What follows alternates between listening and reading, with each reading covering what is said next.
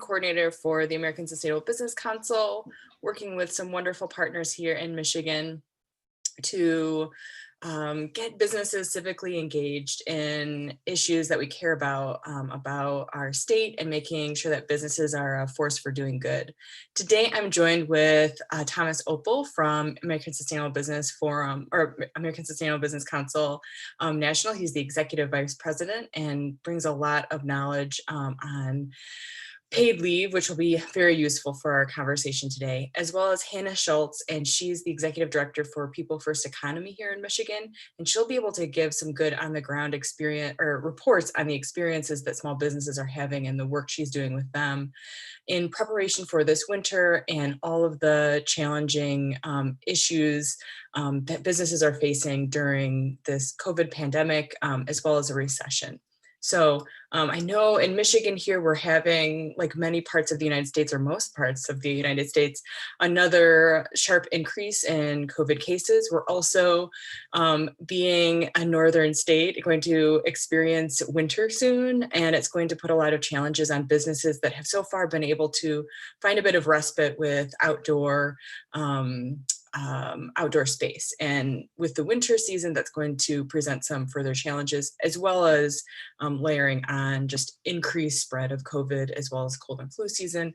So we've got a lot of challenges that face businesses right now. And at the same time, many of the mechanisms that have gotten some businesses through this difficult time, which include emergency paid leave and packages that provided relief through pay loan protection program, are going to expire at the end of the year. And so we wanted to be able to provide some information for folks about what that means, more information about what role that paid leave and these other programs can provide us, as well as get some direct information from one of our congressmen who serves on the Ways and Means Committee, is in the thick of it with all of these discussions around a federal relief package and as well as federal paid leave. So now that I've kicked things off, I want to hand it over to my colleague, Thomas Opel, the Executive Vice President of the American Sustainable Business Council, to give us a deeper dive into federal paid leave and just understand a little bit more about those proposals and that type of program that could support businesses right now. Thanks, Marta. As Marta said, I'm Thomas Opel with the American Sustainable Business Council. We're a network of about 250,000 businesses, either companies that are directly members or business organizations that are members, representing the triple bottom line of people, planet, and profits. Paid leave has been a priority in terms of our advocacy work at the federal level, but also assisting at the state level with many of the state campaigns, precisely because we believe, as Marta says, there is an absolute business connection between providing leave when people are sick, when they need to take care of their families, a family member, that's important to businesses, particularly small and medium-sized businesses for whom their employees are really more family than they are just employees. And as well for customers of those businesses who want to be assured that that when they come into a facility or deal with a company, that those companies, that the people they're interacting with are healthy and not distracted. Obviously, it has an impact on productivity. You know, when an employee comes to work sick, you run the risk that other people will get sick. But clearly, there's an impact on productivity when they're sick or they're thinking about a sick family member at home.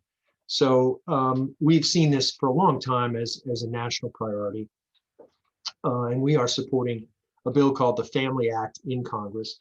But this pandemic has put an even brighter spotlight on the need for some sort of national family leave and sick leave program. And in fact, early in the pandemic, in March, Congress did an amazing thing. It moved very quickly and in a bipartisan fashion passed the Families First Corona Response Act, which, as you can see, is a mouthful. So we have reduced it to the acronym FICRA. And FICRA included many provisions, one of which was providing paid sick leave for employees, 2 weeks of leave if they themselves were either quarantined or experiencing symptoms of COVID-19. They could get up to 2/3 of their regular pay if they were home because they were taking care of a family member, a child, a parent, a spouse, sibling, who was either quarantined or sick. And there was an additional up to 10 weeks of expanded family and medical leave, again at 2/3 of the pay rate, in cases where, for example, schools or childcare providers had closed under COVID. One of the things that we have found, and that I believe Marta and her organization has sent out a questionnaire. We've sent out a questionnaire. We're really interested in getting the business response, and I know Hannah's going to talk a little bit about this too. Really interested in getting the business response on how well did they know about this program? Have they used it? Have you found it to be helpful? You know, what are the challenges you faced in terms of trying to access this program? Because what we've heard from many people is that it was incredibly helpful in terms of helping businesses survive through this pandemic, and helping their employees and helping restore confidence among customers of those businesses. Unfortunately, the provisions of this act will expire at the end of the year, December 31st. This bill is sunsetted. And so part of what the negotiations have been over the last few weeks that you may have heard about on Capitol Hill have been extending, creating another round of COVID relief that hopefully would include extending these sick and family leave benefits into 2021 and give the new Congress hopefully time to additionally pass a permanent paid leave program, which I think we all recognize at this point has been pretty desperately needed. With that, let me turn it over. We, ASBC with an organization called Panorama Global, did what we believe to be the first quantitative study of the impact of businesses offering paid leave on their return on investment. Obviously, one of the things for any business is, what's this going to cost? What's the bottom line? And we were very, very encouraged by this study. So Tricia Comsty unfortunately couldn't be with us today, but we pre-recorded this session where Tricia is going to talk about that study and the results, what we found, and hopefully what the consequences are. So if you'll bear with me while I share my screen. Hi, everyone. My name is Tricia Comsty, and I'm pleased to be joining all of you today. I'm representing Panorama. We are an action tank committed to solving pressing global problems through audacious thinking and bold action. We work to create partnerships that drive positive social change. Since 2016, a cornerstone of Panorama's work has focused on advancing solutions for a changing U.S. workforce. This is what we've called the future of work. And paid family and medical leave is an important component of our work on this issue. On this topic, Panorama has focused on looking at paid leave from the perspective of employers specifically, seeking to understand the incentives as well as the barriers to corporate adoption of paid family medical leave. So through partnerships, dialogues, and research, and working in collaboration with hundreds of businesses, we've worked to make the business case for paid leave. Relatedly, the American Sustainable Business Council also recognizes the importance of paid leave. They've noted that paid leave is a critical benefit to be offered by businesses who are seeking to implement high road practices. Paid leave is an important benefit when considering the needs of the American workforce. And although the Family and Medical Leave Act does require large employers to provide 12 weeks of unpaid leave, there is currently no US federal law requiring employers to offer paid leave at all. So this leaves the decision of providing paid leave benefits up to employers. And some employers do offer paid leave benefits. However, most of the American workforce is still left out. The US Bureau of Labor Statistics reported in 2017 that only 13% of private sector workers have access to paid leave. And now, as we all do our best to navigate a new environment brought on to us by the COVID-19 pandemic, the importance of paid leave to both support families and keep our economy running has again come to the forefront. The pandemic has really revealed what has always been necessary even before this came upon us. and that is we need business practices and policies that support both employers as well as employees and their families. And I think maybe many on this call know that a great deal of important research has already been done on the benefits of paid leave to employees and families. However, research is also needed to make the business case for paid leave. And this is why I'm really pleased to talk to you today about a report that Panorama released in partnership with the American Sustainable Business Council titled The Business Impacts of Paid Leave. And in this report, we share findings from what Thomas referred to as the first known quantitative study looking at the return on investment for companies offering paid leave benefits. And the key takeaway from the report is this: our research provides evidence that an employer can offer paid leave to its employees and also show a positive return on this investment. So companies don't have to choose between supporting their staff and growing profits. They can in fact do both. And for policymakers, the report can help people understand that paid leave is not just a benefit to workers and families, but it's also a benefit to a company's bottom line and the economy as a whole. So I'll share some details about the report and our findings. And before diving into really some methods and results, I'll offer a bit of an explanation about why we conducted this research in the first place.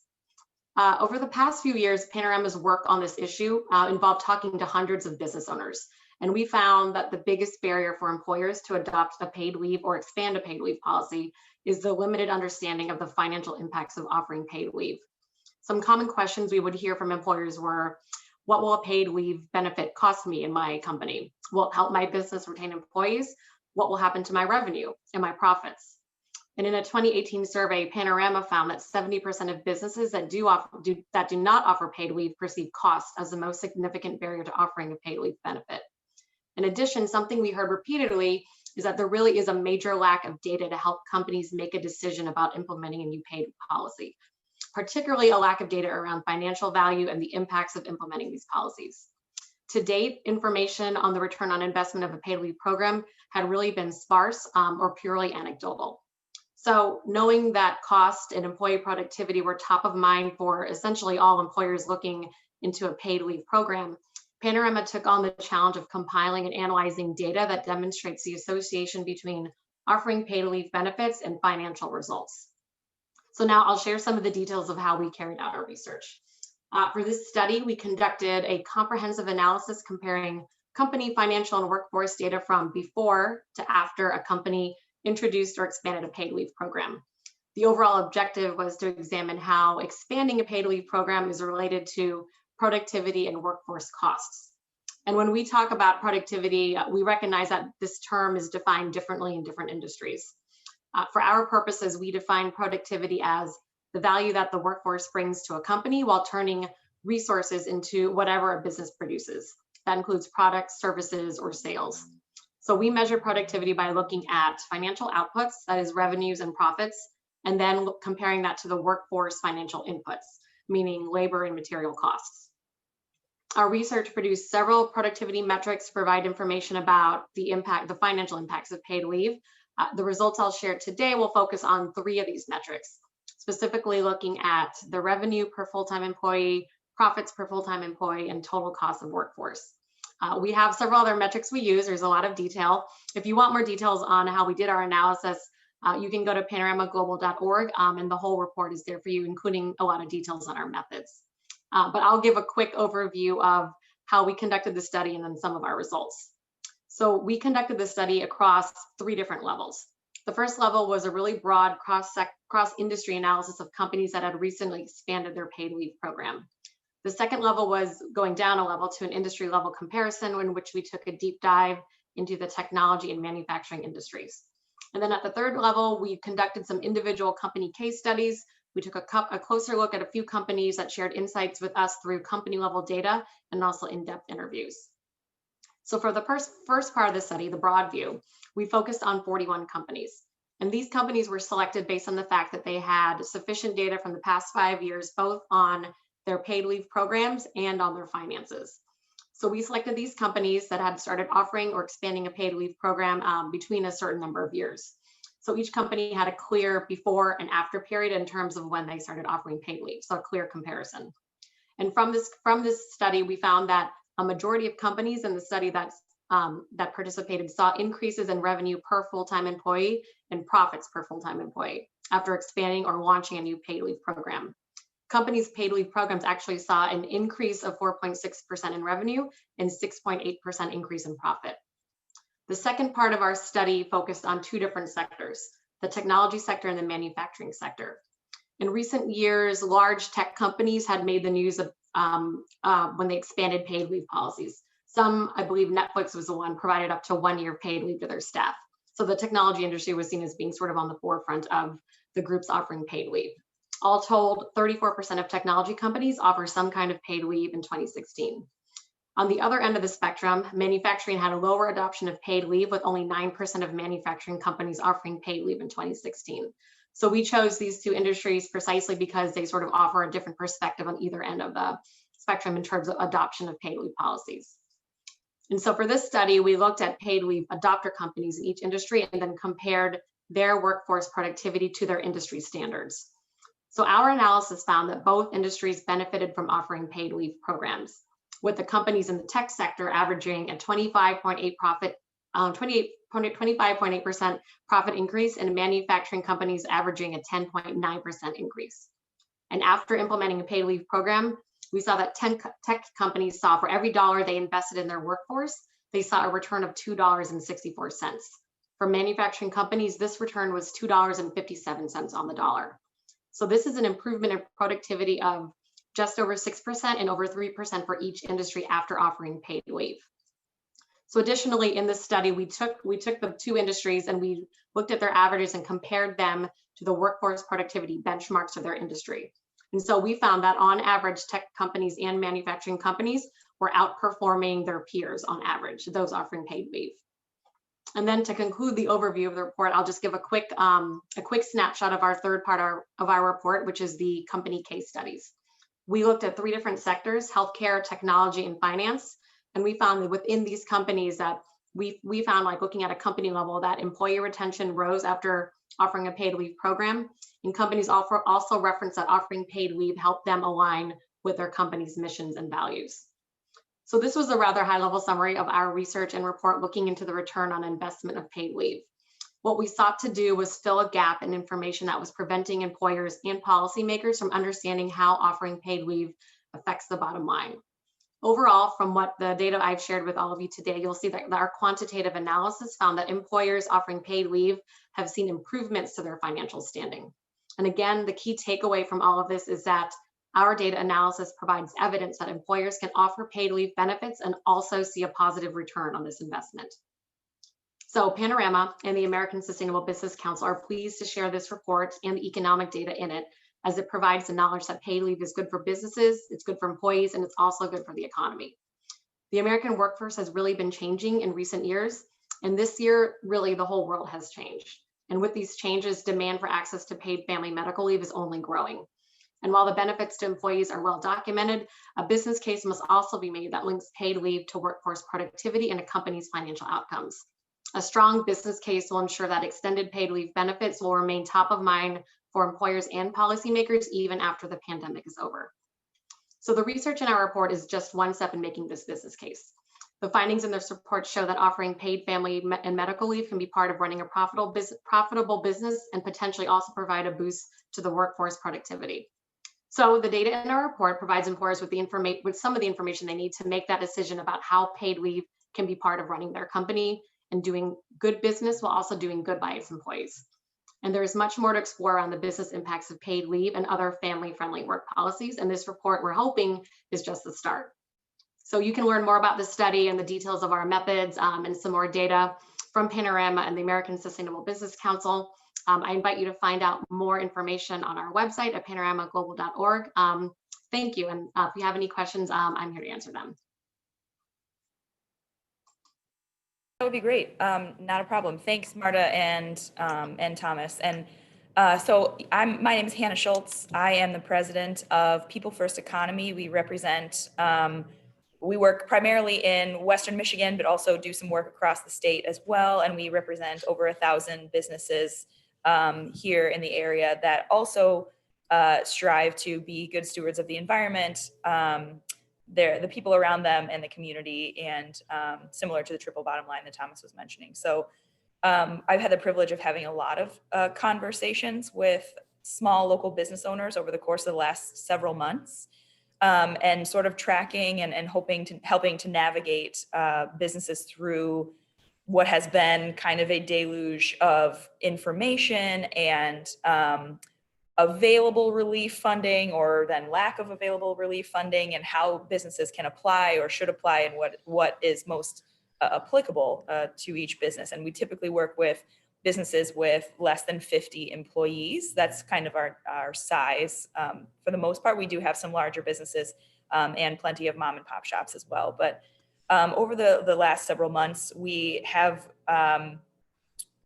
when the summer, when peak summer was in swing in Michigan, the cities, municipalities, communities did a really nice job of helping businesses to optimize their outdoor seating, continue to bring in as much revenue as possible.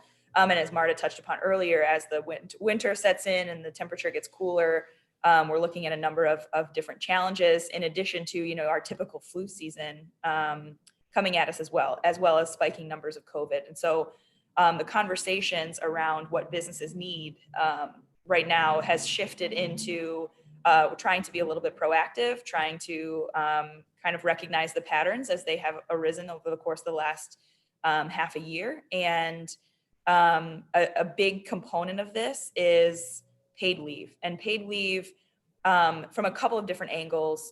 One being businesses that have participated so far in the programs that are available, and have, Thomas mentioned that there's a hesitation to participate in something that has a kind of an upfront cost at times, and we certainly understand that.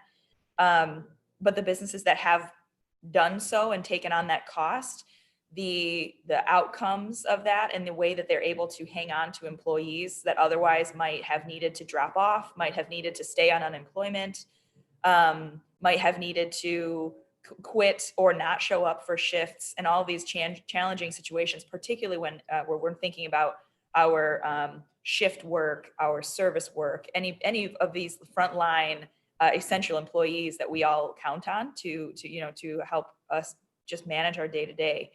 And so this paid leave component of any and all relief packages is a really crucial component. And Marta mentioned this too, and I think it's very important to kind of touch upon the fact that so many businesses that really create the fabric and culture of our communities, they do consider their employees their family. They care very deeply for everyone that's committing themselves to working for these businesses, and the commitment is shared. I think that there's been some conversation about the increase of the unemployment amounts, and we have seen really overall that individuals who work for these companies truly want to get back to work. They truly want to go to work and serve their community, serve the business that they care very deeply about. And, the only thing holding them back is a fear of getting sick, of not being protected, of needing to, take off work because they're sick and not having a safety net there so that they can support their families. And so I think, as a small business owner, so many of our colleagues that own small businesses are needing to step in themselves to wait tables, step in themselves to run cash registers, to manage components of the business that they haven't had to run in a while, because they have been able to staff, a really talented and loyal crew of people. And so every time a business owner needs to step in that way, they are losing out on time that they need to innovate around their business model right now so that they can continue to survive through the COVID spikes and hopefully longer term recovery. And it's very important, to think about it this way. Our business owners are having to make extremely challenging decisions every single day. They're having to show up not knowing what's going to happen. They may have staff not show up. They may have staff, arrive and maybe they are sick and they have to send them home because the employee doesn't want to miss a shift and miss out on that paycheck. And so these decisions and every single, aspect of these logistics that are needed right now to operate any type of business, any size of business, incredible, especially on a limited capacity, at the limited capacity that our business owners are operating right now. So, the ability to glean so much of this information from our business owners from this last 7 months and go into what will hopefully be a new relief package coming out here shortly, hopefully, to be able to use that information and to craft something that is truly going to help our small businesses, our locally owned businesses survive and thrive through, this next phase, especially in Michigan as it gets cold and then warms up again. And as schools open and close and parents and business owners are struggling to figure out how they're going to manage on a day-to-day basis, allowing for an additional precautionary safety net for employees to feel comfortable staying home when they're sick and not being afraid that they're not going to be able to feed their families or pay their mortgage or rent is, truly the most important crux of this conversation. And so it's an honor for me to be able to kind of help elevate the conversations that I've been having with business owners. And I'm happy to answer any questions that are specific to any of the information. Hopefully we'll have the opportunity to look at some data. But again, I think the anecdotal experiences that those of us who are in these spaces and having conversations with business owners is really important as well, because each business runs itself very differently, and each business owner is having to, again, bend themselves over backwards to figure out what each different day, what each week is going to hold. And so any precaution, anything that we can do really to help these business owners be able to focus on the operations of their business and not on, these small little logistics that trip folks up time and time again, causing businesses to close is really key. Thanks for the time. Yeah, happy to answer questions or whatever is helpful. Thank you so much. Hannah, that was a really great overview as to some of the challenges you've been working with businesses on to survive and thrive as much as possible during this pandemic, and the role of paid leave and their experience with paid leave within the COVID relief packages. I see that Congressman Kildee has just joined us. So I wanted to give a little bit of an overview to him and welcome him officially to our conversation here. Thank you very much. Thank you so much. So we were just giving an overview. We have a few participants now, but I think what we've noticed is we're going to share the recording of this with other business leaders and business owners that we've been working with over the past, I don't know, it feels like a million months of the pandemic, but to be able to keep them updated because they're very concerned about the status of another round of the relief packages, especially the program built within that package, which was FCRA, that allowed many of them to have a mechanism in which to provide more paid leave that responds to this pandemic. And so I wanted to give an opportunity for you to share with us, just a little bit of your experience working on some of these packages. And then if you could share with us a little bit of, where negotiations are right now for another round of them as we're, going into the end of election season and then heading into lame duck, but also winter and a enormous rise in COVID cases. So just some light stuff for you to cover. Right. Well, I'll take a few minutes and sort of run through that, and then would love to take whatever questions we have time for. And I first of all, just want to say thanks. I mean, obviously we'd all like to be able to do some of these sorts of events together, but it is good at least to be able to meet virtually. And I want to thank Andy Levitt, who was once my chief of staff and a great partner for arranging for me to be here.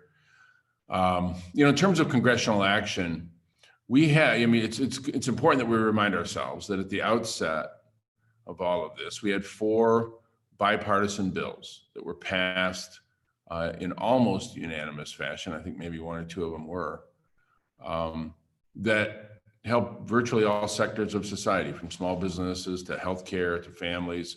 And it does show that Congress can act quickly, when the situation demands it. There are also two substantial bills that have only passed the House, and we can chat a bit about that. But sort of starting with the initial intervention, and some of this I'm sure you all know, but I think it's good to kind of establish a baseline of where we are. The Paycheck Protection Program was really intended to provide support to businesses, to support their payrolls especially, but also modified to cover other costs, to make sure that we're able to keep people connected to work, to their business, to their job, and to keep those businesses standing so that when we're on the other side of this, we haven't lost so much of the essential elements of our economy, especially small and medium-sized businesses. It's helpful. I mean, I support it, don't get me wrong, but I do think that we missed the mark in some ways. And this kind of goes to some of the legislation that we've been pushing. We missed the mark because I think it left out a lot of very small businesses that are sort of the Main Street businesses in small and mid-sized communities and neighborhoods around the country. And these are the sort of companies that were not going to sign loan documents that require a personal guarantee when they may already have been operating on pretty thin margins, probably out of their own pockets or on their own credit, maybe even on credit cards. And the idea of taking on debt to cover those ongoing expenses, even when we know it was intended to be forgiven, it required a guarantee that the loan would be paid back. And I was concerned and still am concerned that we've missed a lot of businesses that under any circumstance they were not going to take up that program. So I worked with Senator Booker on the Senate side, and to be fair, Senator Daines, his partner, and on the House side, I worked with Fred Upton, Brian Fitzpatrick, two Republicans, and Dwight Evans from Philadelphia, to put together the Relief for Main Street Act, which recognizes that lots of local communities, whether through government or nonprofits, set up relief funds. We wanted to provide direct capital to those relief funds so that we could give, essentially relief grants, rescue grants to those very small businesses, not in the form of a loan, but just in the form of direct support, relief, to help them get through this. We looked at where we thought the failure was, thought about $50 billion, which sounds like a lot of money, but when you talk about all the very small businesses in this country, it's the right number. That should be used on a formula basis to go out to these most distressed communities and really focus on employers with 20 or fewer employees, focus on minority and women-owned businesses, underserved areas. We were able to get $15 billion, one year of funding for this concept that Corey and I came up with in the House-passed version, the most recent House-passed version of the HEROES Act. So obviously we think that, is a step in the right direction, and we hope that when we get to the next piece of legislation, number one, that we include that, and secondly, that it's not too late.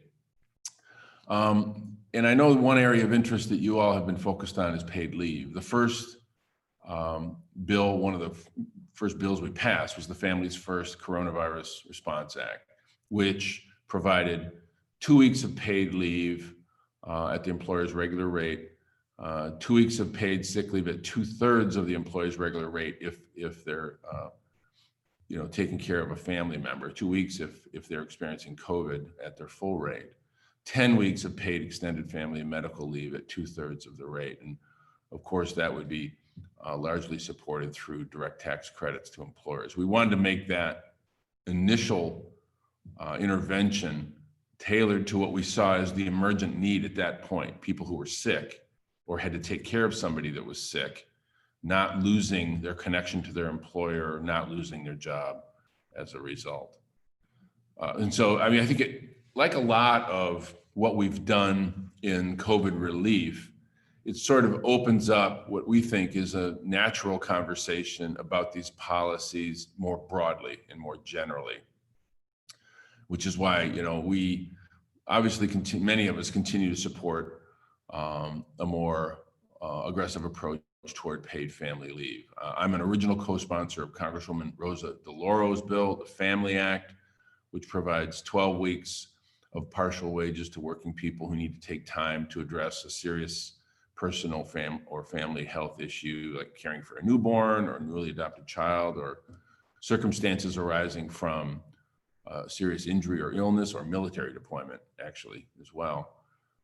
Our workforce is changing. And even after this pandemic's over, we're going to have to tailor the way we structure this economy in a way that supports people staying connected to their employment. So you ask about future congressional action. It's up in the air. I mean, we had a letter from the speaker this morning. The concern I have is that we continued to negotiate, and we didn't just negotiate and this was a position that I pushed very firmly. We passed the HEROES Act like 5 months ago, which was sort of we thought the next natural iteration of coronavirus relief that addressed the various aspects of the economy that we felt needed support, based on the principle that COVID-19 is real. Unfortunately, we don't have complete agreement in the country or even in the government about that. But based on the scientific, clear conclusion that this is a real threat, that we needed to provide relief so that businesses, healthcare providers, families could make the decisions that they need to make based on the guidance that we're being given by health professionals, by the experts, but to be able to make those decisions in a way that didn't sacrifice their economic viability, whether it's a business or a family. So basically, it's to provide the financial resources to allow people to make the decisions that are important for them to protect their health. And we not only passed that bill 5 months ago, but at my urging and then joined by many others, we took what at the point in time we left Congress, left the House in the end of July for our scheduled recess. I said, look, let's put our last best offer on the floor and prove that we're willing to negotiate, that we're willing to compromise, that we can find some middle ground. And so we put a $2.2 trillion measure on the floor, and we passed it. Meanwhile, over in the Senate, they've been all over the board. At one point they were at 1.5 trillion. They thought they would go 1.6. Then they went back to 500 billion. It's like shadow boxing. It was really difficult to figure out where Mitch McConnell was. And the only conclusion that I could come to is that they were never, ever serious about getting to yes. And that's obviously, that's a problem. And so the hope is that when we get through this election, either the mandate will be strong enough that we'll be able to get something done right away, or if, as some predict, there's some degree of chaos or upset after the election, the hope is that's because some of us are going to be in a much stronger position come January to take up where we left off, pass the kind of relief that we know we need to have, crush this virus, and get on about the business of trying to solve these bigger problems that we have. So that's the sort of the opening in a nutshell. I'd love to take whatever questions or comments that you have. So, I know my colleague Hannah from People First Academy does have a question, but I wonder just on a logistics and timeline, mindset before we get into that. What there are, I believe, a few special elections in the Senate. Would that at all change the dynamics of this negotiation and the timeline to get to a shared agreement? Yeah, I mean, I think there's a possibility, just looking at the one, sort of talking about the politics of things, the Arizona race, where Mark Kelly, I think, is in a good position to win that seat and defeat Martha McSally. He would be sworn in within weeks because as soon as the election is certified, he would take office. So that, has the potential of changing the dynamic a bit. That's the one that we're looking at. Got it. But Yeah, I don't want to dive us into like the politics too much, but momentum or mandate coming out the election. Got it. That's helpful. Yeah, I was just curious because I think. See me okay? You look like you're frozen. Am I frozen? Uh-oh. Okay. No, you're good, Marta. At least on my end. Okay. Well, I want to give Hannah an opportunity. She has been really working closely with a lot of businesses all over the state, as well as in West Michigan. And she has a question that she'd like to ask. Thanks, Marta, and thank you for joining us today, Representative Kildee. We really appreciate it.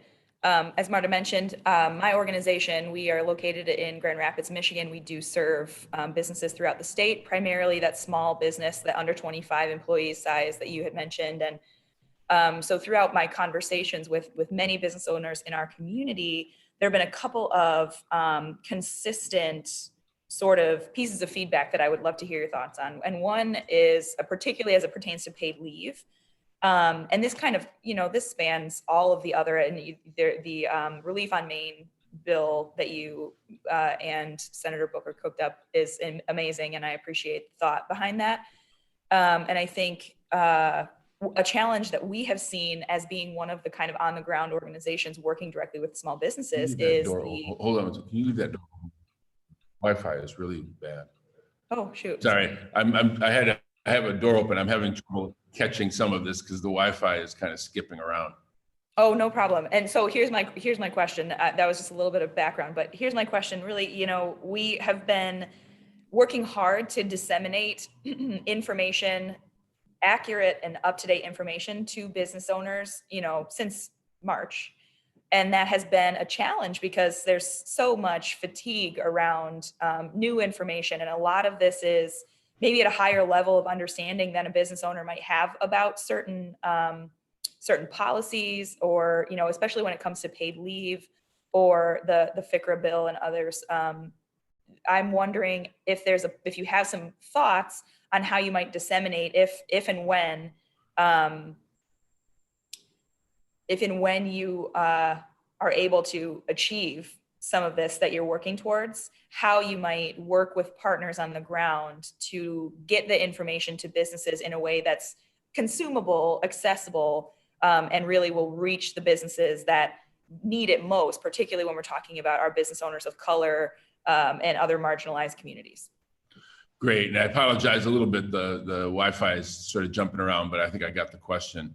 And can you hear me okay? Am I coming through all right? Totally fine, yeah. Good.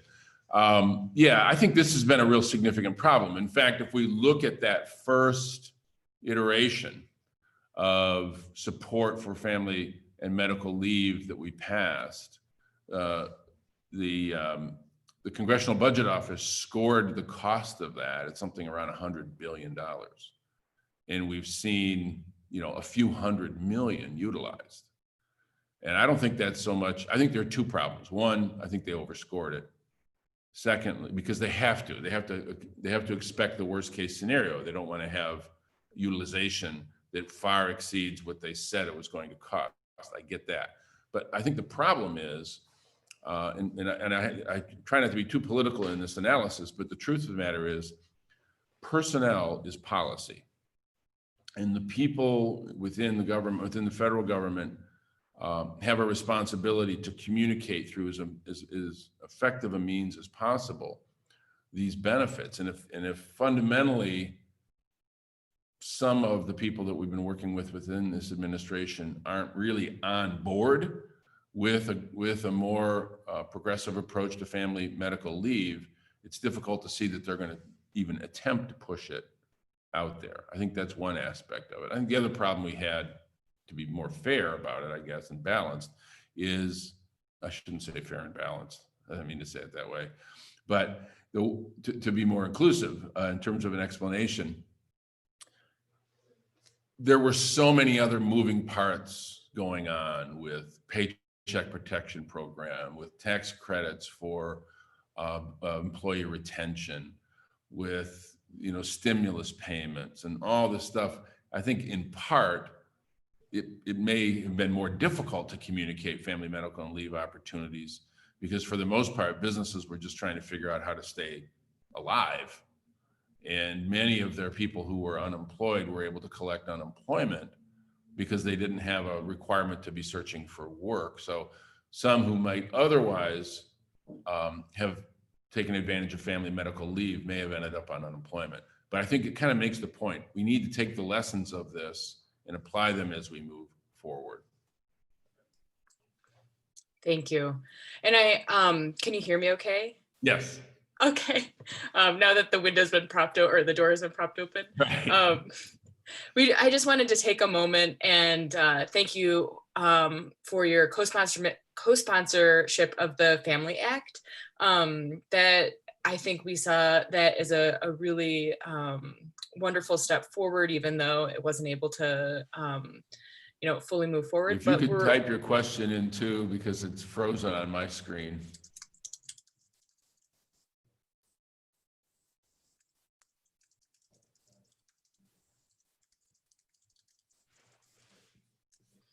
There, I typed it in. Just curious about the prospects for another Family Act in the next Congress, and your thoughts on that.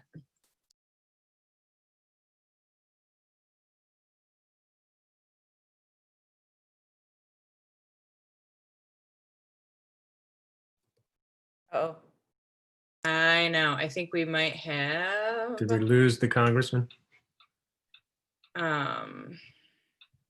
We might have. Hopefully he will pop back in. At the very worst case scenario, if he's not able to pop back in, we can definitely follow back up with, oh, here he is, good. All right. There I am, okay. I don't know what's going on. It's not a pandemic if there isn't, a few Zoom bloopers, so. It's 2020. That's yeah.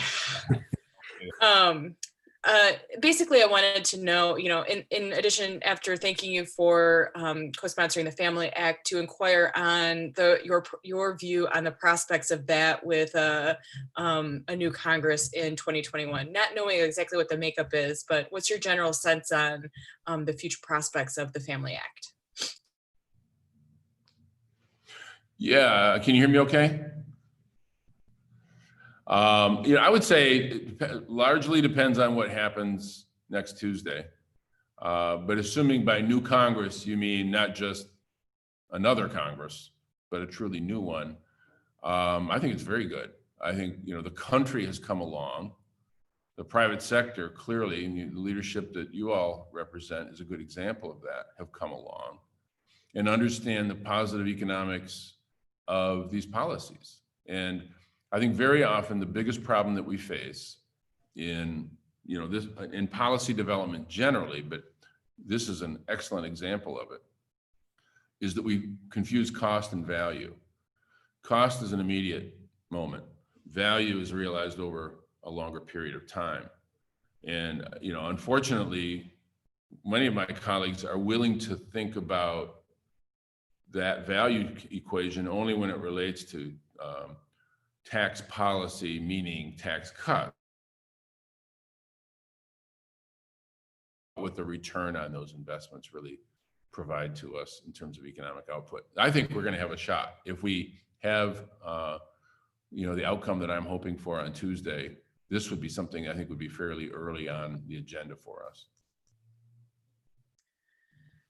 That's great to hear that. And I think the other question that we have, especially since the FCRA is set to expire at the end of the year and some of the unknowns with both the election and lame duck, what are things that small and mid-sized businesses in Michigan can do to support the extension of that and make it more likely that we'll have another relief package that includes a FCRA extension?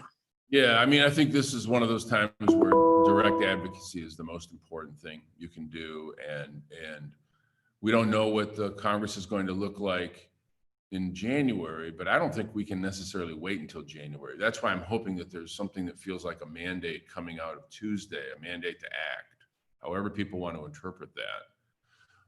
And it may be that some of our colleagues, on the other side of the aisle, whose predisposition might be that they're willing to talk about something like this, will feel emboldened to act after the November election. That's my hope. So I don't think we need to punt until January, mid-January or late January, because if it waits for a president who's willing to sign it, that may, be February.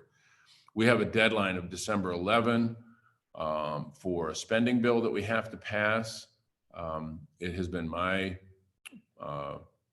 suggestion, and that's a shared point of view by lots of members, not just me, that deadline be utilized, that we use the leverage that we typically have by having a must-pass piece of legislation staring us in the face to put a comprehensive coronavirus relief bill on the floor that would include all of these elements so that we can get it done. And I think now having a better idea of what the true cost is should inform our decision making and actually make it more palatable to some. That's interesting. Amidst all of the flurry of things that have been happening, I forgot about that opportunity for the normal things that we do or that we have our elected officials do. Yeah. We have a question from Mike Shesterkin from Southeast Michigan Sustainable Business Forum, one of our partners as well. With the original PPP and these issues associated with the debt load of small Main Street businesses, as well as the capacity for small businesses to administer such programs, what are your thoughts about administering these programs? In other words, what will it take to provide small businesses with the support they need to administer loan and grant programs like SCORE, et cetera? It's also written out here, but in the chat. I'm going to read it because he's very prolific and well-spoken. Yeah, I mean, as I take the question, I think the part of the problem that we had was with PPP did have to do with the administration and the risk aversion that both lenders have and that employers naturally have to consider. And that's why my thought was, two things. One, our legislation that we just passed would substantially reduce some of the burden in terms of administration of even the PPP program. For loans of less than $150,000, for example, significantly lower thresholds of certification and documentation provided for loan forgiveness. For loans under $50,000, basically a record retention requirement and forgiveness being assumed based on certifications by the employer. I don't know if that's where the question goes, but it would certainly help. And then, of course, we feel like the Main Street Relief Act, which is administered by local nonprofits and local governments, would make it easier to deal with these loan and grant programs. Just take some of the red tape out of the way. So if we can get, like for PPP, the threshold requirements for forgiveness significantly reduced for smaller and very small loans especially, and then have this other product that Senator Booker and I have been pushing, I think we get some of the real problems solved without having to sacrifice the integrity of the program as it needs to be applied to those larger loans that, as we know, in some cases have really been problematic. One of our partners, the Michigan Minority Supplier Development Council, has been very concerned about the inequities that businesses are facing, with about 40% of Black-owned businesses expected to not survive the pandemic, and that's alarming. So it was great to hear that you've been working with Senator Booker and others on specific mechanisms that can better reach businesses that haven't been able to access PPP and are struggling and facing some hard decisions and difficult obstacles that other businesses aren't facing. Yeah, just one other piece that we did push is to make sure that local community development financial institutions, which are much more aligned with those disadvantaged businesses, whether it's minority, women-owned businesses, be provided access to the PPP program. Actually, our initial draft of the Main Street Relief Act included that provision, but then that provision was actually included in the HEROES Act, so we felt like it was covered. I want to thank you for your time. And then just one final question that I've heard from some members, which maybe there's been clarification recently that I haven't been alerted to, but just for businesses that are looking to wrap up their PPP obligations that have been able to participate in the program, do you have any clear way to point people to how to navigate that? And how to make good on that commitment, or mutual commitment. I think that's one that I've heard from folks on that there's some confusion on, and maybe that's still to come. But yeah, I think it would. First of all, I think we have to fix part of the problem, and that is if we could get one of these bills over the line, we would include these changes to the requirements for loan forgiveness. I mean, when we appropriated this money, we intended it to be direct support. It really is not a loan. It wasn't intended to be a loan. The loan construct was intended to create some integrity in the process, so that if it was abused, there was a easy clawback that we would have to go after, or not even make the forgiveness available. So, but having said that, I think it's more on us to change those requirements so that we don't put people through lots of hoops. I would say, and my staff will love me for this, maybe they're out of earshot, if folks are really having problems, reach out to your congressional office, because we can typically cut through some of the red tape that folks have to go through. thank you so much. You have given us not only your time, but some really expert insight into what's happened so far, being on the Ways and Means Committee, as well as, you've been so active in a lot of these solutions around federal paid leave and fighting for Main Street businesses. We appreciate your work, and thank you for your time, Congressman. Thank you. Sorry we had some Zoom issues, but it wouldn't be a Zoom meeting if somebody didn't That's get right. off and have to come Wouldn't be back. 2020 without a little bit of technical That's difficulty. right. Thank My you goodness. all. I really Thank you for your appreciate it. time. Thank you, Thank you. Congressman. Thanks. And to let everyone know, we're going to add in at the end of this recording and to the chat a link on the federal paid leave that we were trying to share earlier from Trisha's presentation on the Panorama study on federal paid leave, so people can get a better sense of that. But Thomas, thank you as well for your time. Is there any parting thoughts that you'd like to share with us around either what Congressman Kildee has shared or on federal paid leave? Well, let me just emphasize a point that Congressman Kildee made, and that is the importance of direct advocacy and the importance of the business community to have a voice, not just large businesses, not just the U.S. Chamber of Commerce, but Main Street businesses, small and medium-sized businesses who have a different perspective, and particularly members of organizations like yours, like the American Sustainable Business Council, that are focused on a high road economy, on providing things like a fair and equitable wage for their employees, paid leave, other responsible, reasonable benefits. That I think I loved, again, Congressman Kildee's formulation. There's a difference between cost, that short-term cost, what I have to pay today, and value, what that cost is worth over time. And education is one of those where we recognize it costs something today, but the value keeps paying back. I think paid leave is going to be should be considered in the same light. Helping people take care of themselves and their families is what this country is all about, and I think what sustainable business is all about. So, thank you to everybody there in Michigan for your assistance and your efforts and your work and your advocacy, and we'll be there with you side by side. Thank you. And thank you again, Hannah, as well. I think your perspective that you shared and the questions that you contributed were really valuable and helped deepen our conversation today. Thanks so much for having me. Thanks again, Thomas. Thanks, Marta. Thank Thanks, you. Hannah. All right. Have a great morning, everyone. Back to it. Thank you. Thank you.